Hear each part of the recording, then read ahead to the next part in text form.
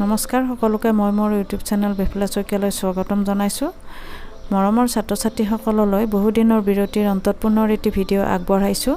এই ভিডিঅ'টিত পঞ্চম শ্ৰেণীৰ আমি আৰু আমাৰ পৰিৱেশ পাঠ্যপুথিখনিৰ পাঠ নম্বৰ 2 জীৱ আৰু পৰিৱেশ পাঠটিৰ প্ৰশ্ন উত্তৰসমূহৰ লগতে পাঠটিৰ পৰা হ'ব পৰা সম্ভাৱ্য প্ৰশ্নৰ উত্তৰসমূহ যুগুতাই আগবঢ়াইছোঁ। আশা কৰিছোঁ এই ভিডিঅ'টিৰ জৰিয়তে ছাত্ৰ-ছাত্ৰীসকল উপকৃত হ'ব পাৰিব। প্ৰশ্নোত্তৰ শিতানলৈ যোৱাৰ আগতে পৰিৱেশৰ জৈৱিক আৰু অজৈৱিক উপাদানসমূহৰ বিষয়ে জানি লওঁ আহাচোন।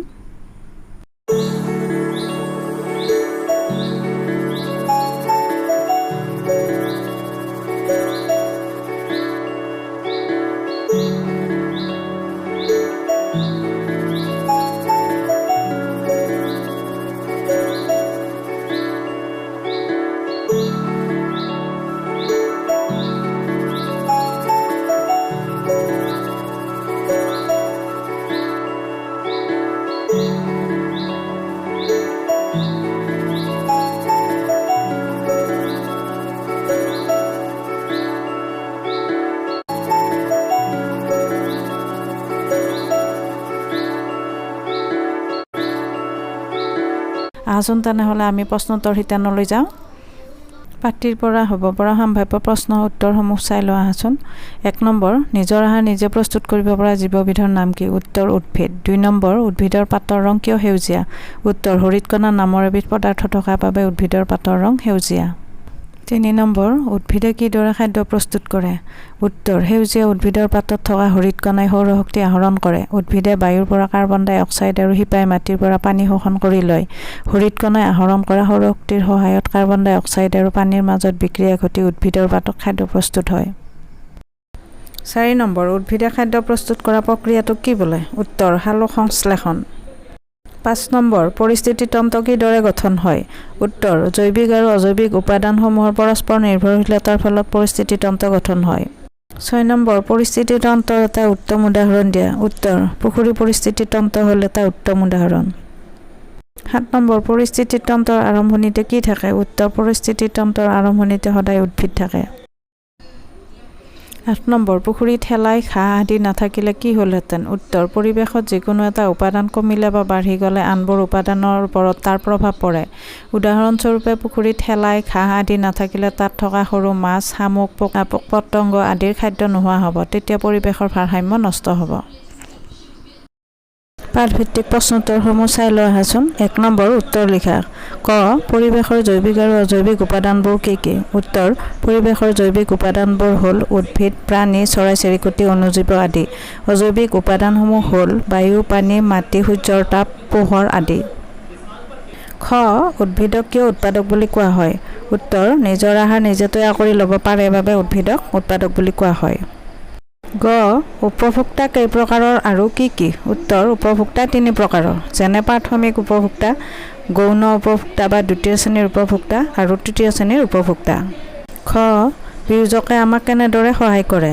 উত্তৰ মাটিত থকা কিছুমান বেক্টেৰিয়া আৰু ভেঁকুৰে মৃত উদ্ভিদ আৰু প্ৰাণীৰ দেহৰ অংশসমূহৰ বিয়োজন ঘটায়, অৰ্থাৎ ক্ষুদ্ৰ ক্ষুদ্ৰ অংশলৈ পৰিণত কৰি গেলি পচি যোৱাত সহায় কৰে। জৈৱিক উপাদানৰ বিয়োজন ঘটায় বাবে বেক্টেৰিয়া আৰু ভেঁকুৰক বিয়োজক বুলি কোৱা হয়। ঙ, 3টা পৰিস্থিতিতন্ত্ৰৰ নাম লিখা। উত্তৰ ঘাঁহনি, পুখুৰী আৰু অৰণ্য। 2 নম্বৰ, খালী ঠাই পূৰ কৰা। ক, শামুক হ'ল ডেছ উপভোক্তা। উত্তৰ শামুক হ'ল প্ৰাথমিক উপভোক্তা। খ, এটাতকৈ অধিক ডেছ মিলি খাদ্যজালৰ সৃষ্টি হয়। উত্তৰ এটাতকৈ অধিক খাদ্য শৃংখল মিলি খাদ্যজালৰ সৃষ্টি হয়। গ, শেন হ'ল ডেছ শ্ৰেণীৰ উপভোক্তা। উত্তৰ শেন হ'ল তৃতীয় শ্ৰেণীৰ উপভোক্তা। খ, খাদ্যজালত এটাতকৈ ডেছ খাদ্য শৃংখল থাকে। উত্তৰ খাদ্যজালত এটাতকৈ অধিক খাদ্য শৃংখল থাকে।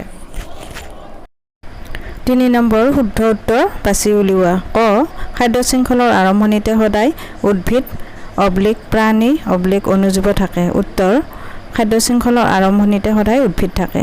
খ, বিয়োজকে উৎপাদকে উপভোক্তাই খাদ্য প্ৰস্তুত কৰে। উত্তৰ উৎপাদকে খাদ্য প্ৰস্তুত কৰে। গ, উৎপাদকে বিয়োজকে উপভোক্তাই মৃতদেহ গলি পচি যোৱাত সহায় কৰে। উত্তৰ বিয়োজকে মৃতদেহ গলি পচি যোৱাত সহায় কৰে। 4 নম্বৰ, খাদ্য শৃংখল কি? উদাহৰণৰে সৈতে বুজাই লিখা। উত্তৰ, পৰিৱেশত যেতিয়া এটা প্ৰাণী আন এটা প্ৰাণীক খায় তেতিয়া খাদ্য শৃংখলতাৰ সৃষ্টি হয়। উদাহৰণস্বৰূপে খাদ্য শৃংখলৰ আৰম্ভণিতে সদায় উদ্ভিদ থাকে। উদ্ভিদক তৃণভোজী প্ৰাণীয়ে খাই বাবে উদ্ভিদৰ পিছত সদায় তৃণভোজী প্ৰাণী থাকে। তৃণভোজী প্ৰাণীক মাংসভোজী প্ৰাণীয়ে খাই বাবে খাদ্য শৃংখলটোত তৃণভোজী প্ৰাণীৰ পিছত মাংসভোজী প্ৰাণী থাকে। 5 নম্বৰ, পুখুৰী এটা পৰিস্থিতি তন্ত্ৰ হয়নে? যুক্তি সহকাৰে বুজাই লিখা। উত্তৰ: পুখুৰী হ'ল পৰিস্থিতি তন্ত্ৰৰ এটা উত্তম উদাহৰণ। পুখুৰীত থকা জলজ উদ্ভিদ যেনে শেলাই, মেটেকা, ভেট, পানীত গজা ঘাঁহ আদিয়ে সূৰ্যৰ পোহৰত খাদ্য উৎপাদন কৰে। সেইকাৰণে এইবোৰ হৈছে উৎপাদক। এই উদ্ভিদবোৰক পুখুৰীত থকা বিভিন্ন ধৰণৰ কীট-পতংগ, সৰু মাছ, শামুক আদিয়ে উদ্ভিদবোৰক আহাৰ হিচাপে গ্ৰহণ কৰে। সেইবাবে সেইবোৰ হৈছে প্ৰাথমিক উপভোক্তা। প্ৰাথমিক উপভোক্তাক পুখুৰীত থকা ডাঙৰ মাছ, ভেকুলী, কেঁকোৰা আদিয়ে খায়। সেইবাবে সিহঁত হ'ল গৌণ বা দ্বিতীয় শ্ৰেণীৰ উপভোক্তা। এই দ্বিতীয় পৰ্যায়ৰ উপভোক্তাক সাপ, বগলী, মাছৰোকা চৰাই আদিয়ে খায়। এইবোৰেই হ'ল তৃতীয় শ্ৰেণীৰ উপভোক্তা। গতিকে নিশ্চিতভাৱে পুখুৰী এটা পৰিস্থিতি তন্ত্ৰ হয়। 6 নম্বৰ, সালোক সংশ্লেষণ বুলিলে কি বুজা? উত্তৰ: সেউজীয়া উদ্ভিদে সূৰ্যৰ পোহৰত পাতত থকা হৰিতকণাৰ উপস্থিতিত বায়ুৰ পৰা গ্ৰহণ কৰা কাৰ্বন ডাই অক্সাইড গেছ আৰু শিপাই মাটিৰ পৰা শুহি লোৱা পানীৰ সহায়ত খাদ্য প্ৰস্তুত কৰে। এই প্ৰক্ৰিয়াটো হৈছে সালোক সংশ্লেষণ। 7 নম্বৰ, পাৰ্থক্য লিখা। ক. উৎপাদক আৰু বিয়োজক। খ. তৃণভোজী প্ৰাণী আৰু মাংসভোজী প্ৰাণী। গ. খাদ্য শৃংখল আৰু খাদ্যজাল। ক. উৎপাদক আৰু বিয়োজক। 1 নম্বৰ, উৎপাদকে নিজৰ আহাৰ নিজে তৈয়াৰ কৰিব পাৰে, আনহাতে বিয়োজকে নোৱাৰে। 2 নম্বৰ, উৎপাদকে মৃতদেহৰ বিয়োজন ঘটাব নোৱাৰে, আনহাতে বিয়োজকে মৃতদেহৰ বিয়োজন ঘটাব পাৰে। খ. তৃণভোজী প্ৰাণী আৰু মাংসভোজী প্ৰাণী। 1 নম্বৰ, তৃণভোজী প্ৰাণীয়ে তৃণ খাই জীয়াই থাকে, আনহাতে মাংসভোজী প্ৰাণীয়ে মাংস খাই জীয়াই থাকে। 2 নম্বৰ, তৃণভোজী প্ৰাণীৰ শিং আছে, আনহাতে মাংসভোজী প্ৰাণীৰ শিং নাই। গ.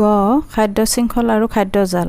এটা প্ৰাণীয়ে আন এটা প্ৰাণীক খাই জীয়াই থকা প্ৰক্ৰিয়াটো হৈছে খাদ্য শৃংখল, আনহাতে খাদ্যজাল হৈছে বহুকেইটা খাদ্য শৃংখলৰ সমষ্টি, অৰ্থাৎ এটা প্ৰাণীয়ে এটাতকৈ অধিক খাদ্য শৃংখলত ভাগ লয়। 8 নম্বৰ, পৰিস্থিতি তন্ত্ৰত প্ৰথম শ্ৰেণীৰ উপভোক্তাবোৰ নোহোৱা হৈ গ'লে কি হ'ব? উত্তৰ: পৰিৱেশত যিকোনো এটা উপাদান কমিলে বা বাঢ়ি গ'লে আনকেইটা উপাদানৰ ওপৰত তাৰ প্ৰভাৱ পৰে। উদাহৰণস্বৰূপে পৰিস্থিতি তন্ত্ৰত প্ৰথম শ্ৰেণীৰ উপভোক্তা নোহোৱা হৈ গ'লে দ্বিতীয় শ্ৰেণীৰ উপভোক্তাৰ খাদ্য নোহোৱা হ'ব, তেতিয়া পৰিৱেশৰ ভাৰসাম্যতা নোহোৱা হ'ব। 9 নম্বৰ, খাদ্যজালৰ কিয় সৃষ্টি হয়? উত্তৰ: একেটা প্ৰাণীয়ে এটাতকৈ অধিক খাদ্য শৃংখলত ভাগ লোৱাৰ ফলত খাদ্যজালৰ সৃষ্টি হয়।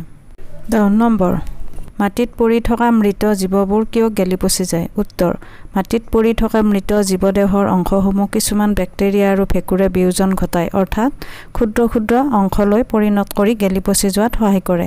বেক্টেৰিয়া আৰু ভেঁকুৰে বিয়োজন ঘটায় বাবে মাটিত পৰি থকা মৃত জীৱবোৰ গেলি পচি যায়।